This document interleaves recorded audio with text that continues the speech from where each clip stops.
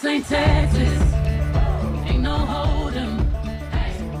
Welcome back to GMA 3. You are listening to Texas Hold'em by Beyonce from the most Grammy-nominated album of the year, Cowboy Carter.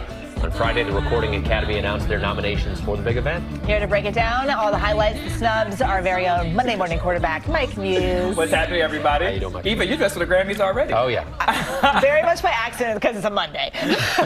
Okay, so talk us through this. These nominations look different than years past. Like, what was going on? Yeah, what's really interesting is like you're seeing female power that's happening. But the really great thing about this, though, you also saw female power last year, and you're seeing it this year, too, as well. So hopefully this becomes the norm and not the exception anymore.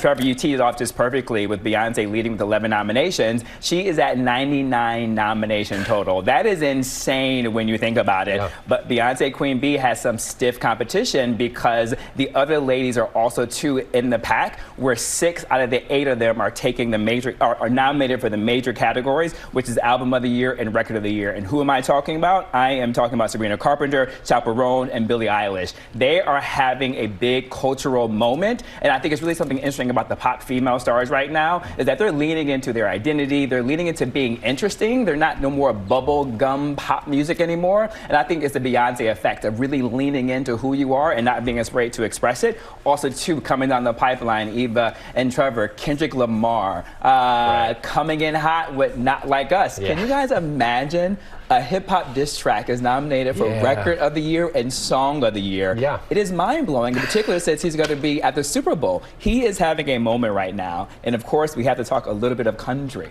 That's going to be some competitive moments right now, and I'm really looking at the country duos group performance, and that is with Beyonce and Miley Cyrus, right? That song is loved by so many individuals. It's gonna be, Miley Cyrus is a darling of the country world, but there's gonna be stiff competition with Post Malone and Morgan Wallen. So I'm really curious to see what that's gonna look like. All these women, though, like, it makes sense that they're all nominated because they are so popular. Yeah. Obviously, some people are gonna get left out. Anybody get snubbed? Trevor, good question. People may hate me for this one, but no, could be my bias. I think everyone is perfect. The first year they got it exactly right. Yeah. Some people obviously going to be upset for some, but I'm not upset at it at all. And I think what's interesting is I have to credit a lot of this to Jimmy Jam. Jimmy Jam in 2007 was the chairman of the Grammys, and he implemented the idea of including more inclusivity, of bringing more women into the Recording Academy and bringing more diversity into the Academy, to which Harvey Mason has been able to lead the charge and take it further. This is why you are seeing cultural moments being reflective of Song of the Year, Album of the Year, and Record of the Year. The Album of the Year is going to come down to really Beyonce and Taylor Swift. I think those are the two most competitive categories that we're going to see. But I'm really curious to see how is she going to fare in the country music album category when she goes up against Post Malone, who's also to become the darling of the Academy too right now. Yeah. Thanks, Mike. We will have to wait to see who actually takes home the hard way, but we'll see you next week again for Monday Morning Quarterback.